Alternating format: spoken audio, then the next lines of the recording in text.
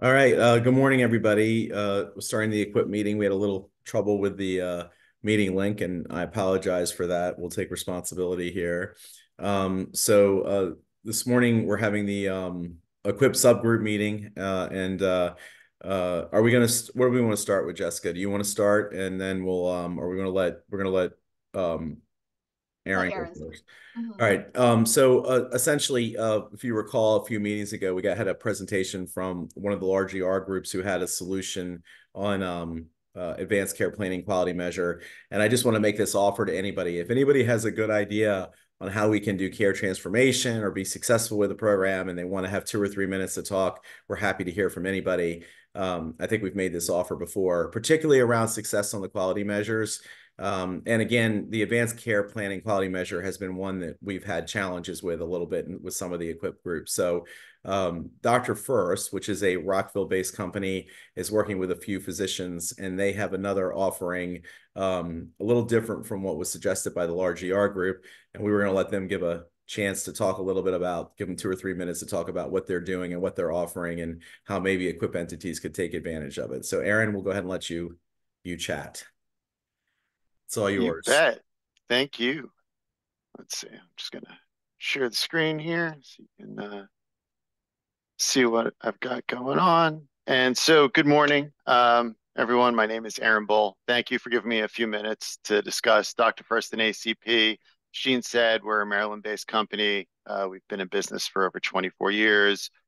Some of you may know us from like our e-prescribing platform, which processes over 235 million prescriptions annually. But additionally, we work with over 20,000 ambulatory facilities and 270 EHR vendors along the healthcare continuum. So, as everyone's aware, the ACP quality measure, which is part of the EQIP program, this is a benefit that's largely been underutilized by this population overall, which is fueled by a bunch of things such as patient perceived complexities and providers being constrained by time, resources, training, and tools. So what I wanted to do is, we only have a few minutes, but briefly walk you through how we view the program. We've broken it down into 4 basic steps that I will go through quickly, and then some of the benefits of it, if my computer will behave.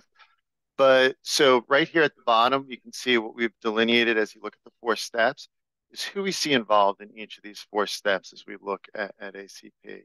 So with the provider, you being involved really in just the first step.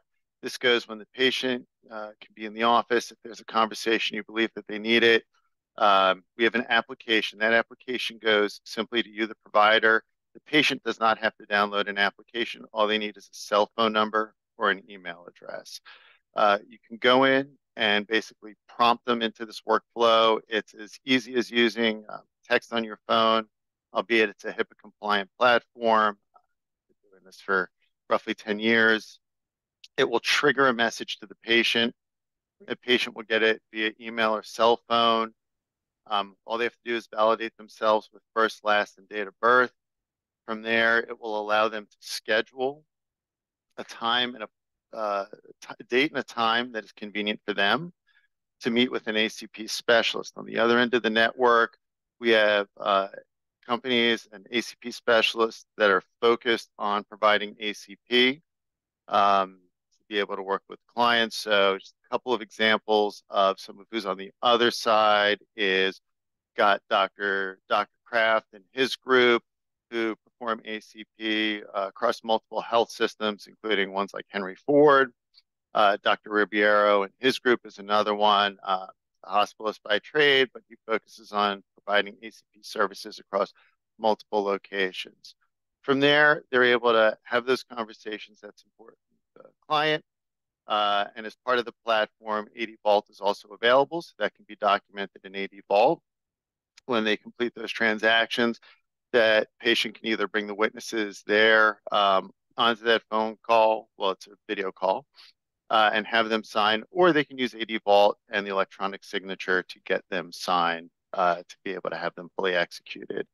One other thing worth mentioning is all the ACP specialists are aware of the coding guidelines, specifically in Maryland, including items like the AP modifier, so that all those conversations be documented appropriately. Since we're a little limited in time, I just want to leave you with a few key things to remember, which is we're trying to minimize the time to obtain ACP. No download is required for the patients. It's a HIPAA compliant, secure platform. We have a robust network of the ACP specialists available on the other end to be able to handle the volume. There's no cost to the referring provider for utilizing this network. It's designed to be easy to use in your workflow. And of course, we want to look to increase patient satisfaction and capture the quality measure. With that, I'll let Gene determine. You might have a packed schedule, whether there's time for any brief questions. If not, I wanted to thank you. You have my contact information on the screen. I'd be happy to show you a little more what the screens look like from the patient perspective and to answer any questions you may have. But Thanks, Aaron. thank you for your And time. MedKai actually did a full demo with some of our physicians. So if anybody's really excited about that, I'm going to put the link to the video in the chat so they can see more detail on the thing actually working. And again, and if you want to go ahead and stop sharing your screen so Jessica can. And again, if anybody else has suggestions or ideas on how to be successful in the quality measures, that's great. And again, we'll give whoever a couple minutes if they have a great idea or a suggestion. And thank you, Aaron, for talking to us today. And I know you've got 3 or 4 different licensed practices that you're working with to provide the and I think at least several of them are physicians, so if not all of them. All right. So having said that, I will seeing no questions, I will turn it over to Jessica to steer us through the rest of the meeting. Thanks, Gene. So yeah, we have a relatively short meeting, but making some important announcements. So we'll talk a little bit about the data release schedule, and then big thing is obviously kind of summarizing and accumulating all the work that's been done over the last couple of months to talk about the PY4 episode grouper and our next steps with that. So PY2 data release schedule. As you all know, as we work with Prometheus, we release data on a quarterly basis. The next release, which was to include the third quarter of PY2, was scheduled for next Friday, March 22nd.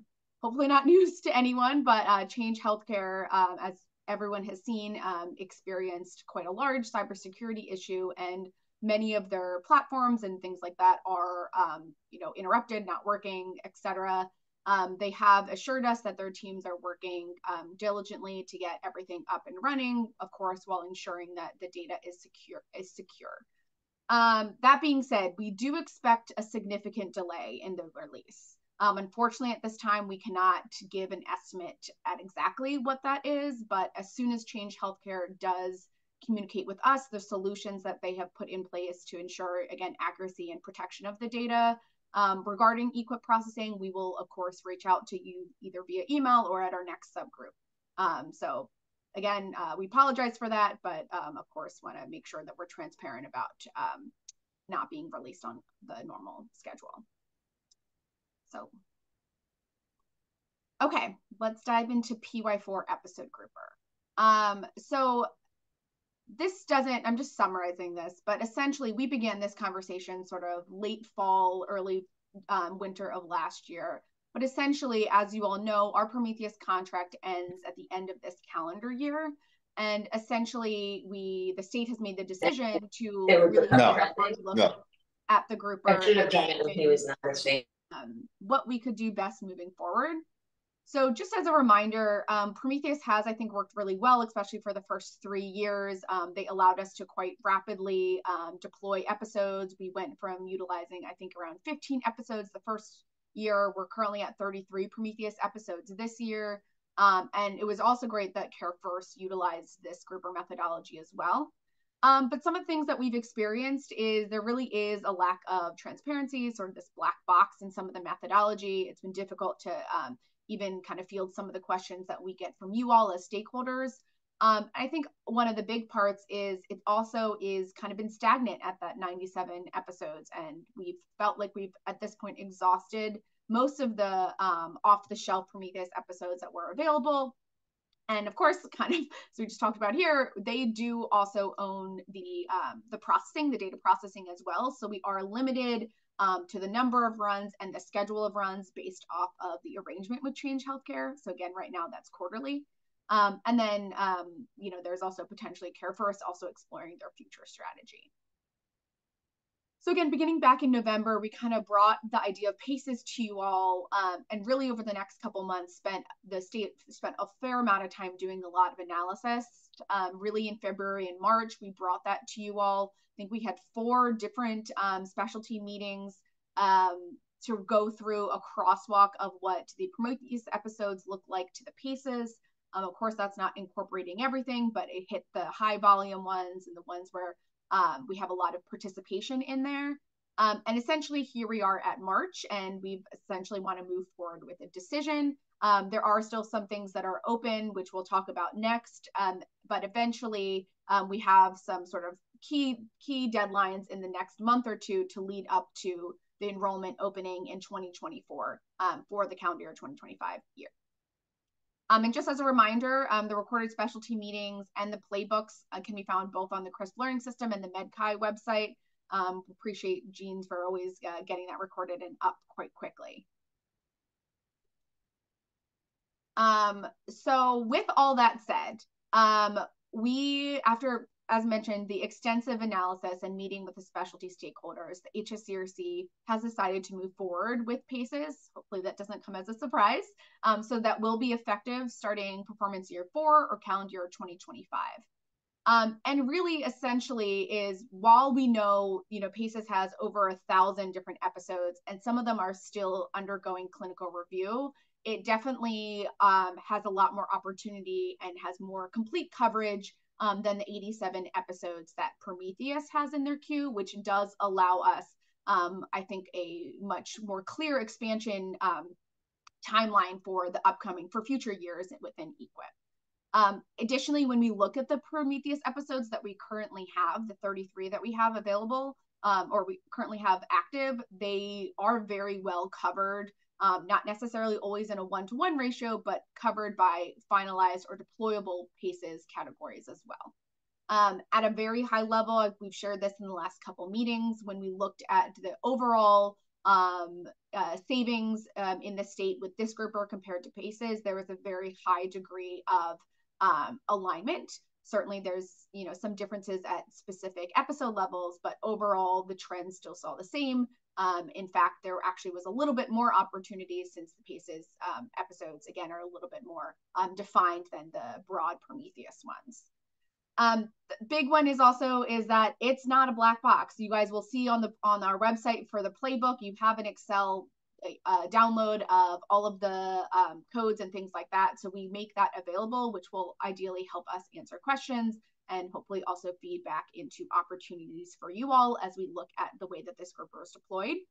And then the big thing is, since PACEs really is focused on developing and being the clinical experts on creating these episodes, they are not a software system. So this does allow HSCRC and CRIS to run monthly performance reporting, which will be great. So you'll get that more often. It will be claimed, so there still will be lag, but again, we're not waiting on just 4 times a year updates. You will be getting that monthly. So I'll pause there. Sorry, do you see some things in the chat? No, that's just Jean. Okay, so this is, I just highlighted, we know that PACEs currently has just north of 100 episodes that are fully vetted, meaning off the shelf, we can go ahead and use them. I highlighted the ones that match our existing 33 episodes. You can see there's a couple here in the bottom box that are still being finalized. So there may be some small tweaks, but we will have the final definition of those episodes prior to the start of the start of enrollment. And also want to highlight that we have gotten one new request to add rheumatoid arthritis. So this is requested by some of our rheumatologists that we've worked with that reviewed this. And again, since it is an off-the-shelf, already available PACEs episode, it's something that we can easily add for next year. So again, this is sort of a plug. If there are additional ones on this list and there's some stakeholders that are interested in it, we certainly can look at those. At this point, sort of new episodes and things like that are a little bit tougher from a timeline perspective. So please reach out to us, if you are looking at this and again, have a great interest in one specific episode. Can I just make one comment? Jessica and I have been really working hard to make sure that we don't have any surprises, but we're dealing with 50 bundles. So obviously we could have something where there's something that's different, where some code is not excluded or included. So we would just ask that everybody on the call share the changes and which episodes with their care partners, and just please alert us if there's a concern. We're happy to do another crosswalk video on a particular episode if there's a group of physicians or care partners who would like us to do it. We're trying to do everything we can to prevent there from being a problem. But when you're dealing with this much complexity and this big a transition, we just know there's a possibility that something could go wrong. So we just would really ask that if there's any concerns or any of these codes are you're worried about, we'd love to have the ability to have a discussion with you about them, or we'd love to answer more questions before we finalize them. Yes, thank you, Jean. We appreciate that. And I will also plug that Paces has been great partners. So if there are, edits or things like that, whether it's this year or next year, they've been wonderful partners, and their willingness to work with clinical experts has been really great.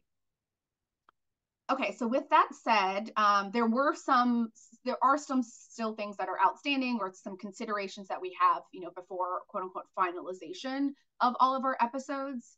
So I just want to highlight 3 specific episodes, and this was a little bit of feedback that we got from our stakeholder meetings, but also things that we are aware of going into PACES. First, there was specifically some concerns with the difference in the target price for the prostatectomy episode. So we currently are doing some analysis on that, trying to deep dive, and we'll communicate that, or potentially if we need a meeting, we'll get that too, but we want to make sure that that is on our queue to follow up on. And then additionally, we did not do a crosswalk for the lumbar episodes, since PACES is currently in development of two new clinical episodes, lumbar laminectomy and lumbar spine. We expect those to be finalized by the end of this month. So once the PACES definition of those are finalized, the state will run a crosswalk or do a comparison of how the Prometheus lumbar episode looks compared to the 2 of them. Again, we'll communicate that. The other big one is that in certain cases, and this was, I think, most prevalent in the cardiology episodes, as mentioned, PACES has 1,000 episodes and Prometheus has only 100.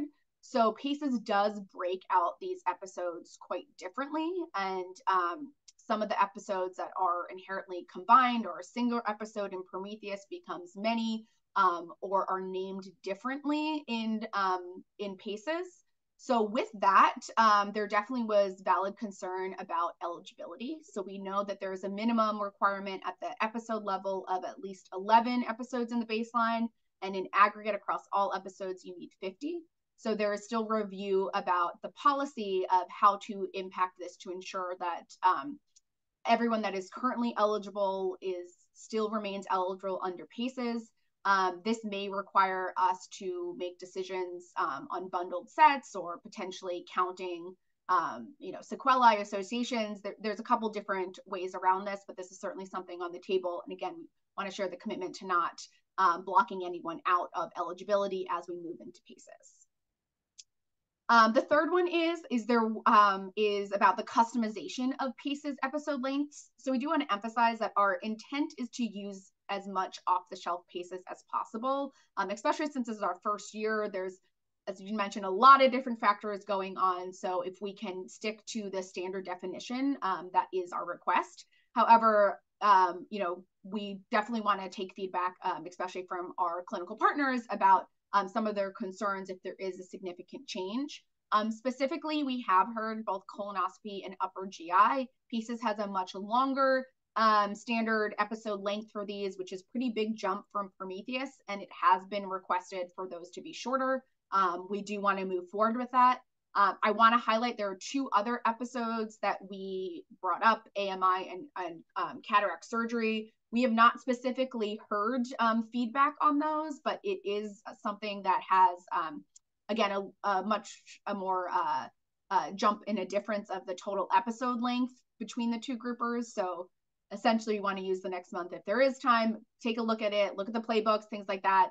Please get back to us. At this point, the two that we definitely will move forward with using custom ones are the two GI ones listed below, but want to just bring that to attention, the other two that potentially, is a more significant change. And at the end of this, I won't go through this, but when you get the slides, there is two slides with appendix of all of the episodes. We shared this, I think, a meeting or two ago of the PACES episode links versus the Prometheus episode links. So again, people can compare, and great to share that with your clinical partners. And finally, we have some wonderful partners that we're working with that are collaborating with PACES to develop 1 to 2 behavioral health episodes. We hope to, but for PY4. So they are in the queue. As soon as we get to a point where we can share them, we of course will bring that back here, but we are committed to adding at least 1 behavioral episode for next year, and then looking to add even more in future years.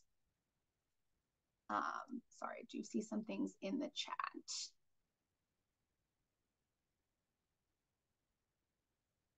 We can drop a link. I think, Jean, maybe you did drop a link of the crosswalk videos, but we can do that again. Yeah, I'll do that again. And Dr. Parikh, yes, we will definitely talk to you and love to reach out and work together about adding additional neuro episodes for, the 2026 calendar year or beyond. And then there's a final a final question about someone who was emailed CMS on January about the status of the calendar year 2022 QPP incentive payments. And they responded that they did not know it would paid out sometime in 2024. Does anyone else know any additional information?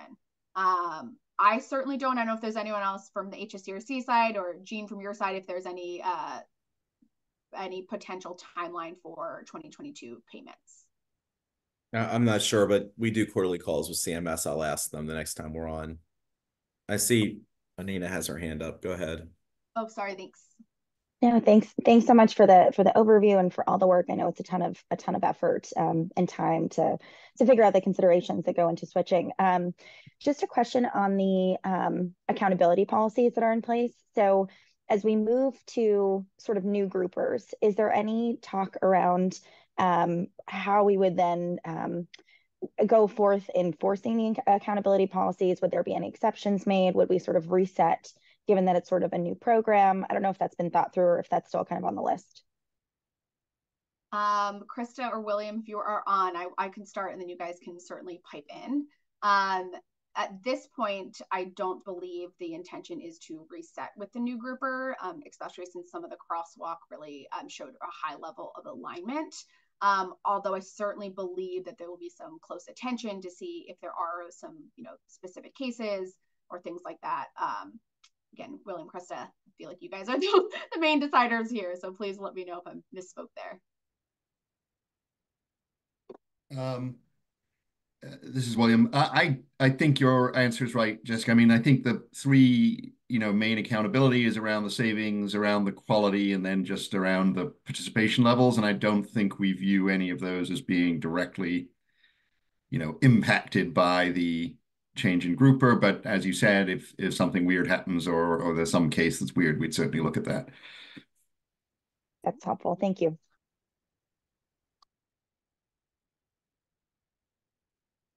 Don't think I see any other hands or questions. So the other thing is sort of on the horizon is what things can you all expect as far as communication and final decisions. So we mentioned here, we're trying to do our best to push out as much communication, give everyone the information and the time that they need to review and give feedback. But essentially, we do have to kind of make some final decisions relatively soon, within the next month or so. So once we look, if we do receive sort of feedback or have some additional meetings, eventually we will review all of that consolidated discussion and input it into policy.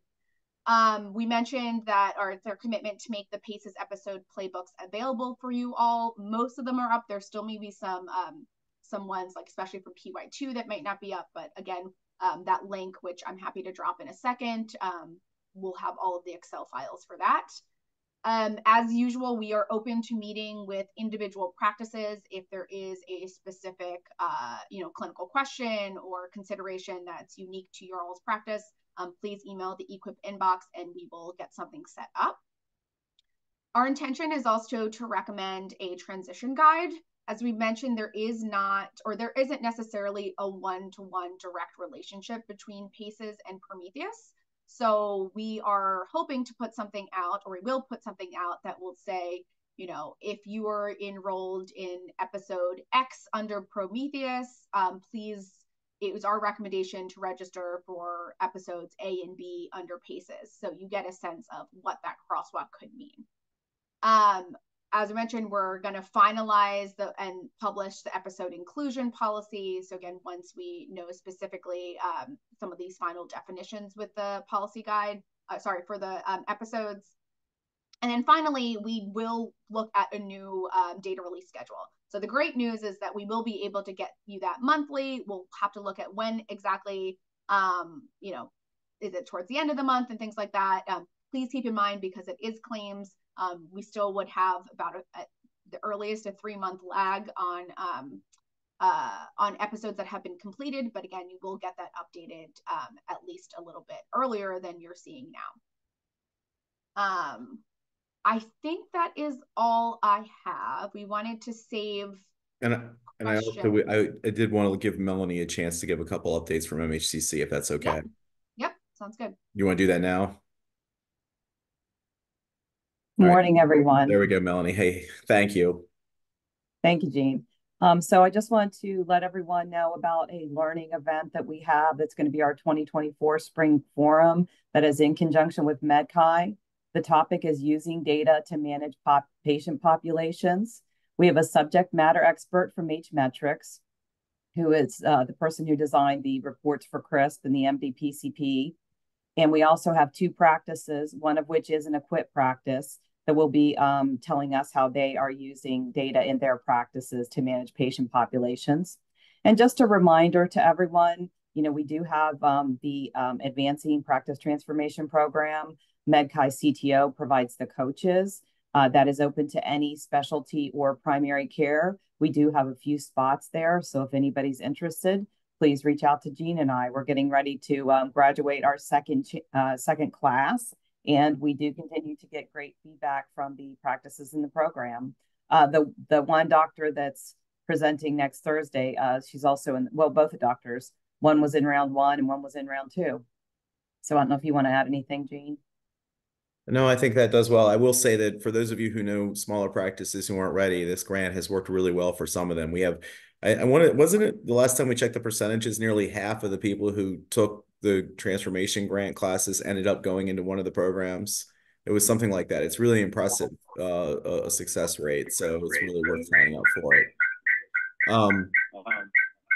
Jessica, can you stick the playbook? There's a request to stick the playbook link in the chat. If you could do that, that'd be great. And then Jennifer from the National Allergy Society pointed out that the approval of 1.88 was done in the recent budget for AAPMs for 24.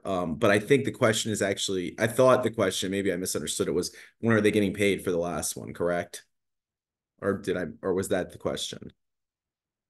I think that was the question, but the update I think is certainly helpful information too. Yeah, but I think they're asking, the question is when are they getting paid for the 22? And maybe that will also be tied to the federal budget. But I will reach out to CMS and see if I can't get you an answer on that.